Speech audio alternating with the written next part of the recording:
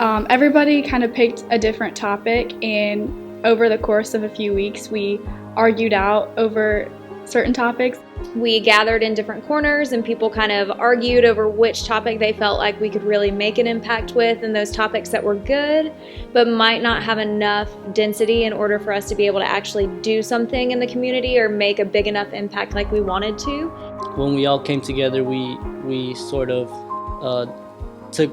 topics out one at a time until we finally had our final topic. And so I think it was something that kind of resonated with everyone, and we realized that it was something that we could rally around and actually spend time working towards something for months on end, rather than a topic that maybe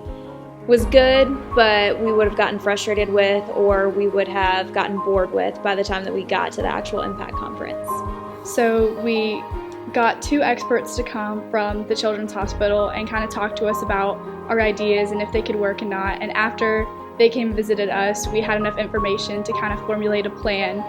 From that point forward, we kind of brainstormed with our experts about ideas that would be good for us to use and do for those children within the hospital. We had many failed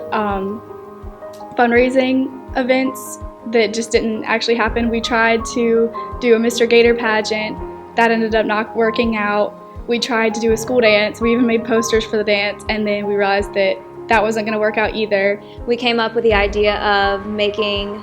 cute socks that would actually be something that would brighten their day a little bit more,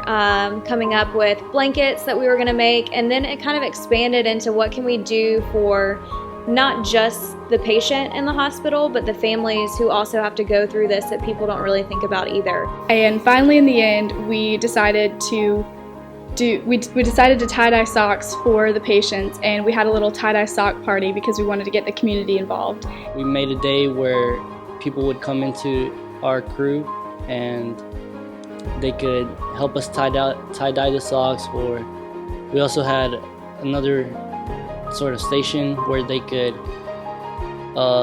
tie together blankets. And so it went from let's create gowns that are fun and exciting for patients within the hospital to let's create socks and other garments that can be used that are colorful and exciting for the patients, but also let's make sibling bags for those siblings who have to wait in the hospital rooms with their brother or sister who's very, very sick or going through a painful time. And let's work on creating a box that they call the end-of-life box at the hospital for those children who do pass away, and they were receiving at that point just a white box with maybe their name scribbled on the top. And so we kind of reformulated what our original idea behind the topic was and came up with something that we could do for multiple people, not just the patients in the hospital, but it also allowed us to reach out to elementary schools to gather things that kids would like in those sibling bags from students at those schools, as well as work with our middle schools around the community and ask them in their art classes to paint those end-of-life boxes to make them a little bit more meaningful when those parents receive them. This Impact event has really impacted me and I think our crew as a whole, because it really just makes you step back and realize that there are some people who are really struggling with other things, and it just makes you realize that there's so much that we can do to help out with it,